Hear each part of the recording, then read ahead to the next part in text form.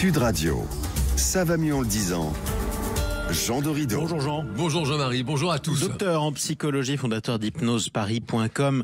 Jean, vous revenez sur cette disparition qui a marqué le monde du cinéma cette semaine. Le réalisateur Bertrand Blier, décédé à l'âge de 85 ans, auteur de nombreux films à succès et parfois des films sulfureux. J'en veux pour preuve ou pour exemple Les Valseuses en 74, film qui était sorti et interdit à l'époque aux moins de 18 ans. Aujourd'hui, il est accessible à la télévision, seulement déconseillé aux moins de 12 ans.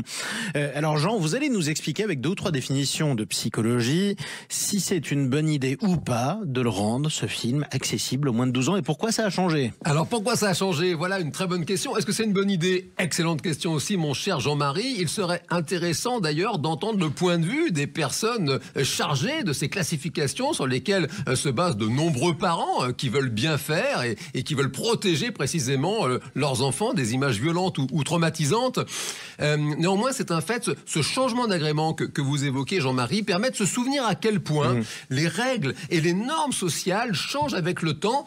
Interdit aux moins de 18 ans en 1974, simplement déconseillé aux moins de 12 ans aujourd'hui, 52 ans après. Ce film de feu Bertrand Blier, bien sûr, Les Valseuses, il est symptomatique en réalité du caractère changeant des règles sociales, des normes sociales et de ce que les psychologues appellent la désirabilité sociale. Et alors même qu'on a souvent tendance à dire qu'on peut plus rien dire ni montrer aujourd'hui alors qu'on le pouvait il y a 50 ans. Dit-on, Jean, c'est quoi la différence entre une norme sociale et la désirabilité sociale? Bravo, faut prendre son élan pour le dire sans bafouiller, c'est vrai. Et sans trébucher. Typiquement, une norme sociale, ça va être de respecter les règles. C'est une norme sociale en soi de respecter les règles, s'arrêter au feu rouge, traverser dans les clous.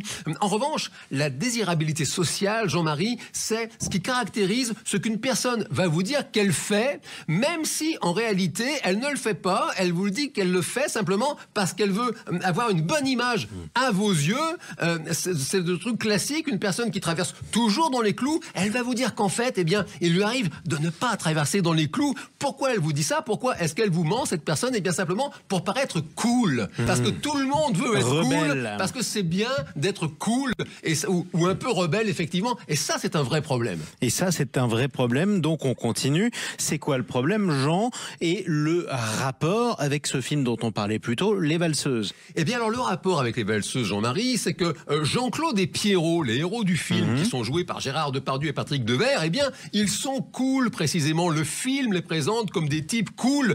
Typiquement, le critique de cinéma du Monde, monsieur Jean de Baroncelli, les présente en 1974, à la sortie du film, comme, je cite, deux loulous de HLM, deux sales gosses, moins méchants sans doute qu'ils n'en ont l'air. Et c'est un doux euphémisme que de dire que ce sont des sales gosses pour des personnages de cinéma qui en réalité volent dans les supermarchés, volent une voiture, agressent sexuellement une jeune maman terrorisée dans un train avec son bébé, Brigitte Fossey, la comédienne, et dont l'un finit par violer l'autre, puisque, pardon pour le spoil, pardon de divulgacher, comme disent les Québécois, si vous n'avez pas vu le film, à la 40e minute du film, Jean-Claude Gérard Depardieu viole son copain Pierrot, Patrick Devers. Sauf que dans le journal Le Monde, le journaliste est sous le charme de ses blousons noirs. Ah oui, c'est pour ça sympa. Vous pouvez même écouter la séquence du viol. Oreille chaste, évidemment, s'abstenir. Tu sais que t'en deviendrais presque désirable. Enlève ta main.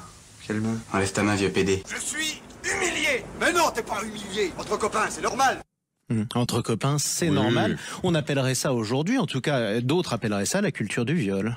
Écoutez, c'est un fait que ce film présente ces comportements plus que transgressifs.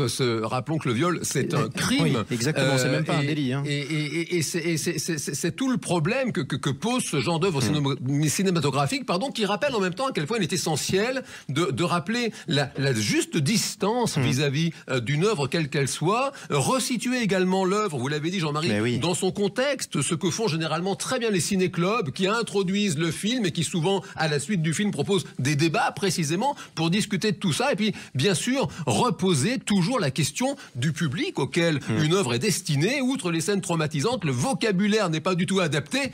Si des enfants écoutent, qu'ils se bouchent les oreilles afin que l'on puisse, malgré tout, terminer sur un dialogue devenu absolument culte. Exactement. On n'est pas bien? Si. paisible. À la fraîche. Décontracté du gland. Et on bandera quand on aura envie de bander.